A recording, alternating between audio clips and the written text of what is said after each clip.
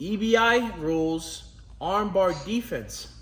If you watch my most recent competition, UFC 4 Fight Pass Invitational, I was able to win in a dominant fashion. Now, that's partially due to my ability to escape even the deepest arm bars. Now, I have a few different techniques that I use and strategies when I'm defending the armbar that allow me to escape even against the best opponents. I remember when I first began my jiu-jitsu career, my jiu-jitsu path towards superstardom, I came across a training partner, Craig Jones. Now, in our training sessions, Craig was able to armbar me over and over throughout my first year of jiu-jitsu. So I brought it upon myself to learn proper defense.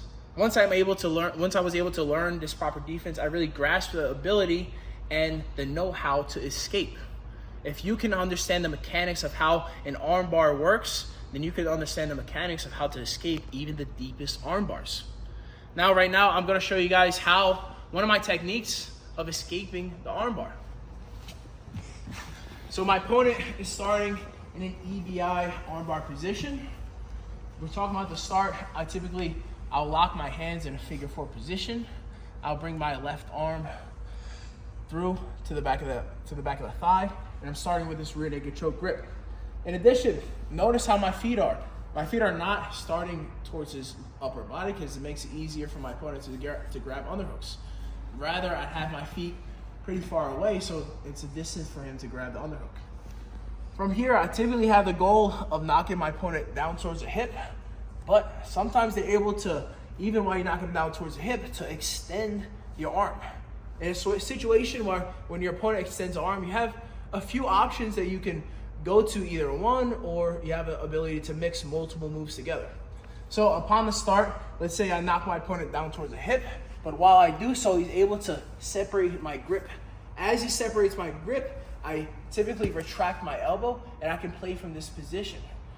In a situation like my opponent's feet are pretty far away from my head, they're closer towards my hip, I can simply push his legs down my legs as I walk away and turn my thumb downward towards the mat.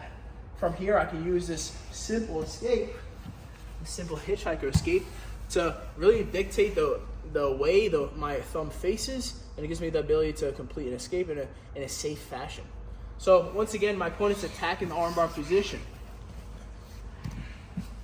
As he attacks the armbar position, I give this proper grip, proper defensive grip, and walk my feet away.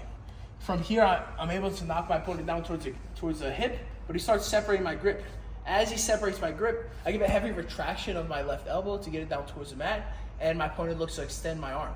As he extends my arm, I give a V grip on my opponent's ankle, and I start rotating my thumb downward towards the mat.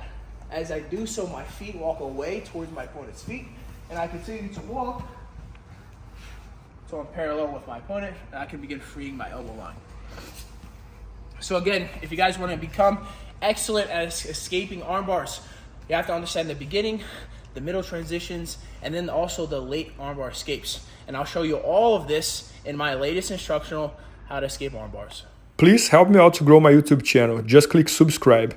And to watch more videos, just click under See More Videos. I hope you enjoyed. BJJFanatics.com. Use the promo code YouTubeFaria to get 10% off any instructional video. Improve your jiu-jitsu faster.